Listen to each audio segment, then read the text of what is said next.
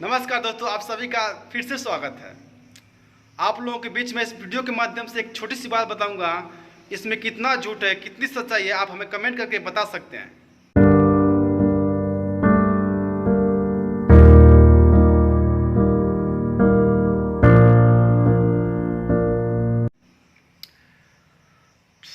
आप इस लॉकडाउन में हम भी कितने तपे हैं, जले हैं, और आप भी कितने तपे हैं, जले हैं, आप खुद जानते हैं।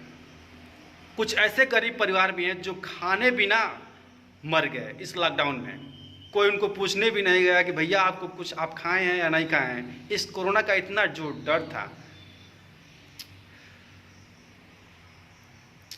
कोई भी गार्जियन अपने परिवार को, अपने परिवार के बच्चों को अच्छे से अच्छे स्कूल में पढ़ाना क्यों चाहता है कि मेरा बच्चा पढ़ेगा लिखेगा तो अच्छी जॉब करेगा, जिससे हमारे घर की समस्या दूर हो जाएगी। सरकारी स्कूल में आप जानते हैं कितनी अच्छी से पढ़ाई होती है, इसलिए लोग प्राइवेट स्कूल में अपने बच्चों का एडमिशन कराते हैं कि मेरा बच्चा अच्छे से पढ़ेगा। ये बात आप समझ रहे हैं। तो ये जो कुछ प्राइवेट विद्यालय हैं जहाँ पे बच्चों का एडमिशन हुआ था, मैं खास तौर से इस वीडियो में बात करूँगा कि अच्छा 9th और 12th के बच्चों की एडमिशन तो हो गया, कुछ महीने की फीस भी जमा हो गई और अचानक लॉकडाउन लग गया जिससे स्कूल बंद हो गए। धीरे धीरे समय बढ़ता गया, समय कुछ दूसरा हो गया। तो सरकार ये सोच रही है कि बच्चों को प्रमोट कर दिया जाए। कब तक इस महामारी में बच्चों को इसी में रखा जाएगा। तो सरकार की भी सोच सही है कि हाँ, बच्चों को प्रमोट कर दिया जाए। और आप समझ भी रहे हैं कि बच्चे जो प्रमोट होंगे वो कितने नॉलेज रहेगा, क्या रहेगा, कितना समझदार हैं, कितने बेवकूफ़ हैं, कितना क्या उनका माइंड है। पेपर जब होता है तो समझ में आता है कि हाँ क्या क्या है। चलिए ठीक है, बात समझ में आती है कि महामारी को देखते हुए प्रमोट कर दिया जाएगा। लेकिन जो प्राइवेट स्कूल के प्रधानाचार्य हैं उन लोगों से मेरा एक क्वेश्चन है, और सभी गार्जियन की तरफ से एक क्वेश्चन है इस प्राइवेट स्कूल के प्रधानाचार्यों से, कि आपने 5 से 6 महीने तक कोई भी क्लासेस नहीं लिया, कोई भी हल नहीं किया, कोई भी बच्चों का कुछ भी नहीं किया, लेकिन आप लोग इन बच्चों से फीस क्यों ले रहे हैं।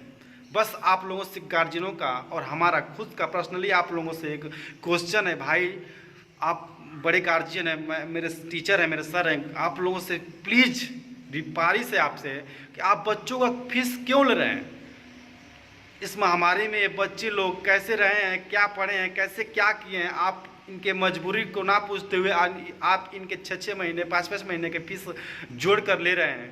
और सुनने में ये भी आ रहा है कि अगर जो ये बच्चे ये महामारी के जो भी 6 महीने या 5 महीने का जो भी फीस बाकी है, जो भी फीस आप मांग रहे हैं, बच्चे नहीं दे रहे हैं, तो आप लोग दबाव भी दे रहे हैं कि आप अगर जो फीस टाइम से नहीं जमा करते हैं तो हम आप लोगों के नंबर कट कर देंगे, आपका एब्सेंट चढ़ाकर आगे भेज देंगे, जिससे आपकी मार्कशीट रुक जाएगी। ऐसे नहीं चलेगा।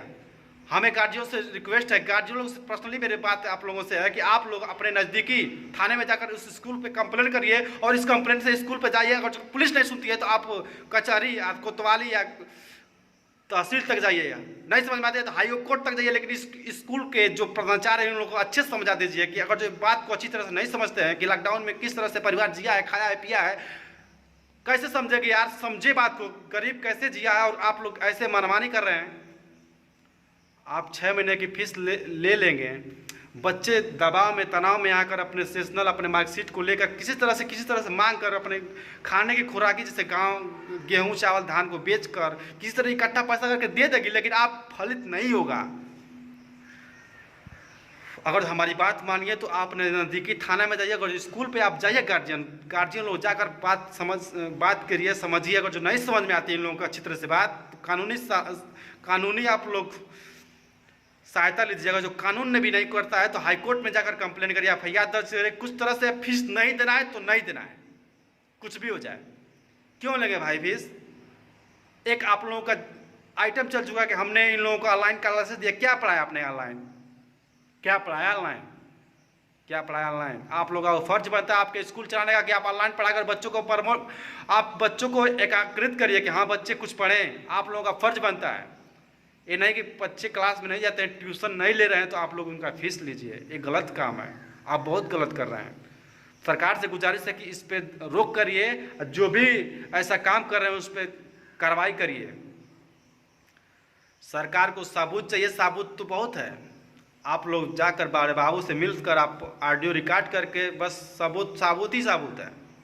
फीस मांगेंगे आप लोग, बस केवल एक ऑडियो रिकॉर्ड करके कंप्लेन करिए, फ़ोन पे बात करके ऑडियो रिकॉर्ड करिए। बहुत से माध्यम है, आप सबूत इकट्ठा करिए और अपने फीस को किसी तरह से रोकना है तो रोकना है, नहीं देना है तो नहीं देना है। ये तो बात हो गई प्राइवेट स्कूल की फीस को लेकर। अगर जो सरकार फीस ले रही है तो स्कॉलरशिप देने में क्या समस्या है भाई? सरकार बोल रही कि हमने तो स्कॉलरशिप दे दिया, हमने तो दे दिया। कैसे दे दिया? अभी आप लोगों ने, अगर जो किसी ने पॉलिटेक्निक में एडमिशन कराया हुआ, किसी ने बीएससी में, बीए में, माने उच्च डिग्री में जो भी एडमिशन कराए थे, जो अगले लॉकडाउन में बस प्रमोट कर दिए गए थे, बच्चे पास कर दिए गए थे, उन लोगों का जब एक सरकारी वेबसाइट है जिसका नाम है www.scholarship.nic.in, उस पर हमने रजिस्ट्रेशन किया, फॉर्म स्कॉलरशिप का फॉरवर्ड हो गया। फिर स्कूल पे हमने जाकर अपने कॉलेज में जमा किया, वहाँ से उन्होंने समाज कल्याण में जमा किया। फिर क्या होता है कि साइट पे स्टेटस के रूप में दिखाता है कि enrolment roll number not match, did not match, पता नहीं 30% परसेंटेज, ये पता नहीं बहुत सा लंबा सा लिखा आता है। बच्चे देखते हैं स्टेटस कि अरे मेरा फॉरवर्ड हुआ या नहीं हुआ। तो इस समस्या को देखकर फिर स्कूल अपने कॉलेज पहुँचते हैं कि सर ये तो ऐसा दिखा रहा है। तो फिर वो पता करते हैं समाज कल्याण में, वो बोलते हैं कि देखिए स्कॉलरशिप पे एक नया अपडेट आया है, उस पर आप जाकर प्रमोटेड विथ मार्क्स करिए, और आप सेमेस्टर वाइज पढ़े तो सेमेस्टर वाइज वहाँ पे क्लिक करिए। फिर हम लोगों ने ऐसा करके फिर अपने कॉलेज में जमा किया, बच्चे कुछ अपने इंस्टीट्यूट में जमा किए, फिर ये समाज कल्याण में गया। क्या हुआ? कुछ नहीं हुआ। और स्कॉलरशिप जो आना चाहिए था नहीं आया।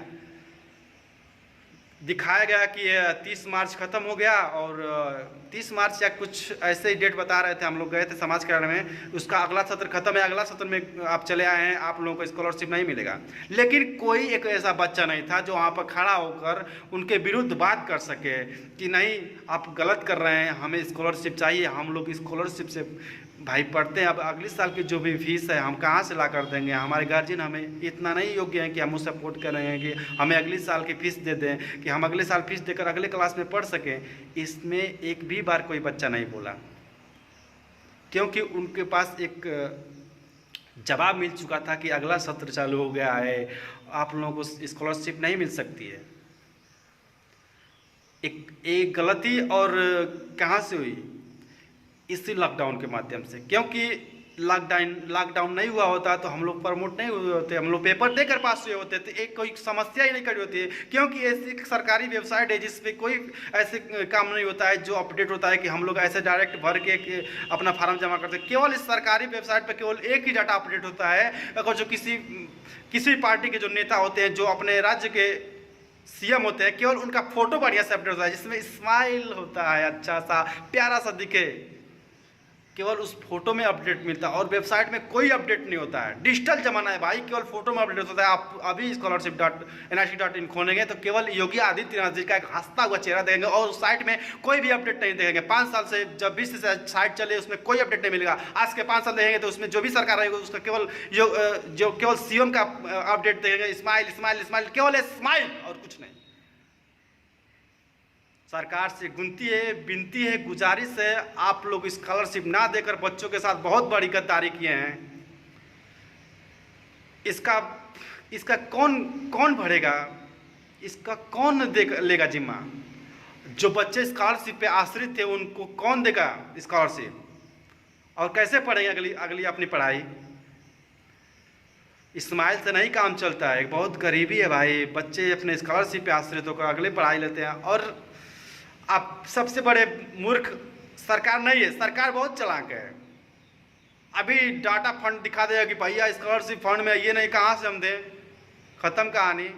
लेकिन चुनाव प्रचार के लिए पैसे आ जाएंगे, लेकिन आपके स्कॉलरशिप के लिए पैसे नहीं आएंगे। पहले क्या होता था कि स्कॉलरशिप एससी ओबीसी आते आते जनरल में कुछ बच्चों को आती थी, जनरल का फिर ख़त्म, नहीं आती थी। अभी कुछ दिन पहले की बात है, अगले सत्र में जो सरकार चलती थी। अब क्या हो रहा है कि जनरल की पहले आ रही है, ओबीसी की आया ना आए, एससी की आ जा रही है, और ओबीसी की तो गई भाड़ में, पूरे ख़त्म, किस्सा ही ख़त्म। सरकार केवल एक ही नज़र से देख रही है, उठते हुए नज़र से। नीचे क्या हो रहा है कुछ नहीं मालूम चला है। लोग ऊपर देखना चाहते हैं लेकिन नीचे क्या चल रहा है उसका कोई मतलब नहीं है। नीचे देखकर नहीं चलेंगे तो एक दिन इतने बड़े गड्ढे में गिरेंगे, उसे निकालने में आपको लगता है कि 30-35 का 45 का 70 बरिस लग सकता है। फिर मैं एक बात आप लोगों को बोलूँगा कि प्लीज़ आप लोग जो भी नेता चुने अपने देश के लायक चुने, अपने देश को अच्छे तरह से चलाए। ये नहीं कि जातिवाद करे, जातिवाद देखे। लेकिन मेरी बस केवल आप लोगों से यही गुजारिश है कि आप अपने सरकार को जिसको भी चुनिए अपने देश को अच्छी दिशा में लेकर जाए, अपने देश के बारे में अच्छा सोचे, ऐसा नेता चुनिए। जो कोरोना का महामारी को दिखाया जा रहा है, कोरोना का महामारी काल कैसे फैल रहा है आप लोगों को नहीं मालूम है तो आप अपने अगले वीडियो में मेरे देख सकते हैं क्या महामारी का कारण है। महामारी ऐसे ही फैलते जाएगी, 2022 में आकर ख़त्म हो जाएगी दोस्तों। और आप लोग इस सरकार से उम्मीद ना रखें और अपने आसपास जो भी गरीब परिवार है प्लीज़